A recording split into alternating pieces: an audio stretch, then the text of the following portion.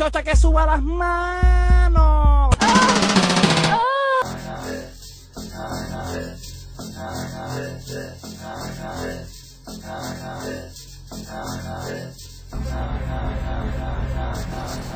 Welcome back, Goombas. I know we've been gone for a little while. Hope you didn't miss us too much. But we're back with a new podcast for y'all. And today's topic is about delivery, body language, and your enthusiasm. I know some of you out there have gone into sets and have thrown everything out there perfectly fine, but have still been blown out. And you just want to hit the pause button and rewind it and see what the hell went wrong. Well, this is exactly what that's about. You may feel like you've done everything right, but something went wrong along the way, and you don't know what that is. And that leaves you feeling frustrated, and we all been there. There's only one word that tries to explain where we've been. Now, the first thing we're gonna cover before we go into your vocal delivery is enthusiasm. A lot of guys go into sets with a monotone voice, talking like this, like, you know, spelling it out. What you have to realize, what you have to realize is if you're not feeling it, they're not gonna feel it. If you're not interested in what you're saying, they're not gonna be interested in what you're saying. Rule of thumb: judge the enthusiasm of the group that you're going to approach, and then approach with either equal or slightly higher enthusiasm than they have. So you don't want to come off as that boring guy that's going to make their fun not fun. You want to make sure that, oh, this guy's fun, he's going to make us have even more fun than we were already having.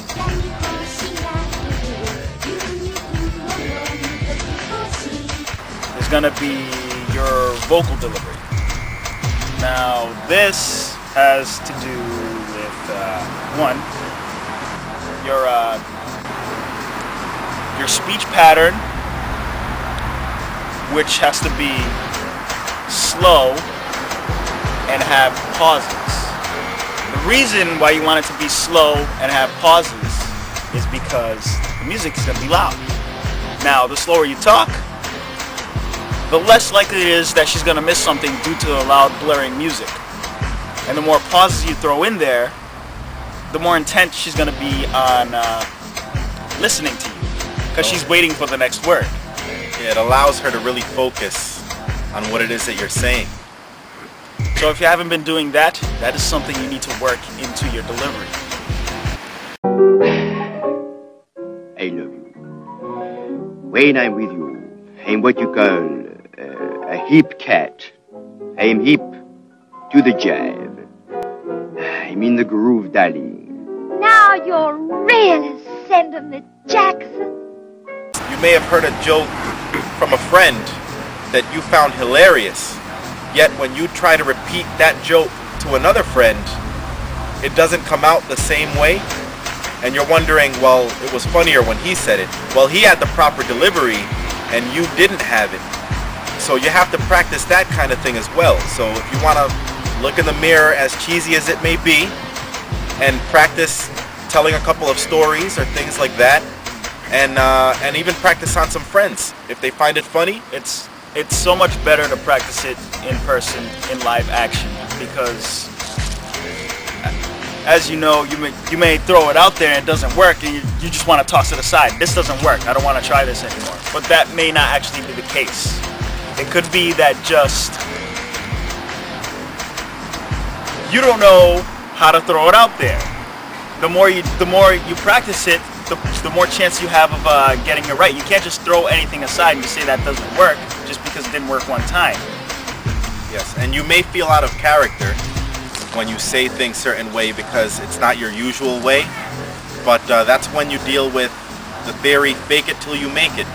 Just continue to deliver in the way that might feel unnatural at first, but it will become more natural as you get more used to this kind of thing. Yes, we're going to talk about smiling. Smiling is very important. Now, with all forms of delivery, it's either going to be, you know, a plus or a minus. There's hardly ever anything down the line that is not going to count for you or against you. It's like racking up points. Now, when you first introduce yourself into a group, you want to come in with a smile. The reason for this is because you want to come in showing them that you're going to be fun. You're not here to intimidate them. Like a lot of guys, they walk through the club doing what? They, you know how you go. You walk in the club and you see dudes stand up on the wall like this, mean mugging the shit out of everyone. That's not inviting at all. What you have to understand is that being a man, you may be attractive, but not only are you attractive, you can also be threatening to a female. You know, unless you're into like, 8 foot tall women who like to give death by snoo or anything like that. Oh man.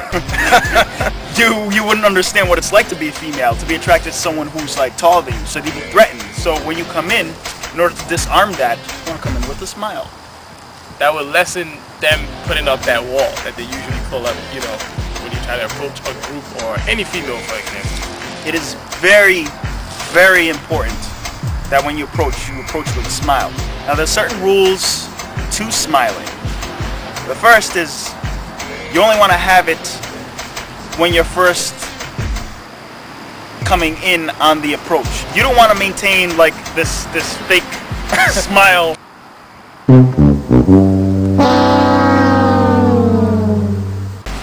throughout the entire interaction with them, because it comes off as if you're nervous. Like that's something that we experienced a lot when we went to Japan. A lot of the Japanese, when they're intimidated, they tend to smile. They're like, yes, yes, yes, and you're coming off like, what are you doing? what are you doing? What's the problem? And that could cost you the set. You could lose the set. Okay, so you've entered the club. You've seen your set somewhere over there in the corner, possibly, and you don't point. You go over there. You have 3 seconds. You're attempting to walk over there. Time's running out. You need to get over there before that 3 seconds is up. You see your set. You get there in 3 seconds. You made it. Congratulations. You open up your set with, the over-the-shoulder look. One of those cool guy stances. You need to watch your body language. You really do. You don't want to fidget, first of all. A lot of guys, you get nervous, you do one of these, I don't know, whatever you do, tap your head, doesn't matter. Don't do that. That's not, try to control it. I know it's out of your control sometimes, but you try to control it. Now you're in the set. The over-the-shoulder thing, that's done. You're not going to stay like this for the whole interaction. At some point, it would be. But you gotta, at some point, open yourself up slightly, but not too much. That's why you want to lean back a little bit. Because if you're in there, you're already telegraphing way too much interest. And you really don't want that. They're going to think you're hitting on them. Lowers your value a little bit. Yeah. So lean back a little bit. How'd it go? It went alright. 3 girls. It's not a bad day. This spot. No. I'm actually taking commentary from this guy. Oh, shit. Sorry. All right. I can. Lean back. Lean back. Lean back. Now, if you can't help your fidgeting, you don't know what to do with your hands, you're not confident enough, whatever it is that your problem is, just put them in your pockets. Not the whole hands, not like this. This, yeah, looks a little insecure.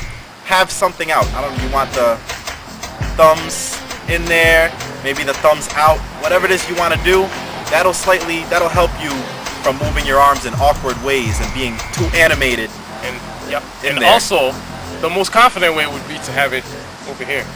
Now, I know some of you guys, like myself, talk with your hands. It's cool as long as what you're saying goes along with the way your hand movement is going. You're not moving too much and, making yourself way too animated. You're like, Just practice, and you'll be all set. Yeah. Goombas.